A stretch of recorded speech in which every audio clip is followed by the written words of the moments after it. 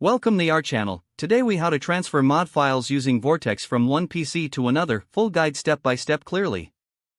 To transfer mod files using Vortex from one PC to another, start by ensuring both computers have Vortex installed. On the source PC, open Vortex and navigate to your mods section. Identify the mods you want to transfer.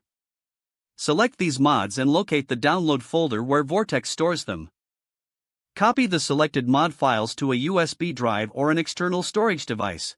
Eject the storage device from the source PC safely. Connect the USB drive to the destination PC. Open the USB drive and find the copied mod files. On the destination PC, launch Vortex. Navigate to the mods section within Vortex. Use the Install from File option to add the transferred mod files. Select each mod file from the location on the USB drive for installation. Once all mods are installed, check for any required dependencies. If dependencies are missing, download them through Vortex or the appropriate mod pages.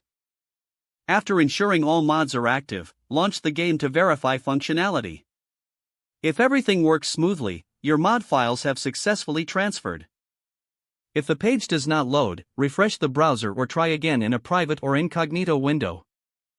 Make sure you are using the correct email address, then retype it carefully to avoid small typos. If your password is not accepted, use the reset option and create a new strong password you can remember. Check your spam folder for verification or security emails, then complete any requested confirmation steps. Enable two-factor authentication if available to improve account security and reduce unauthorized access risk. After signing in, review your profile details so your contact information and settings are accurate and current. If you see an error message, note it down and try again after restarting your device and internet connection.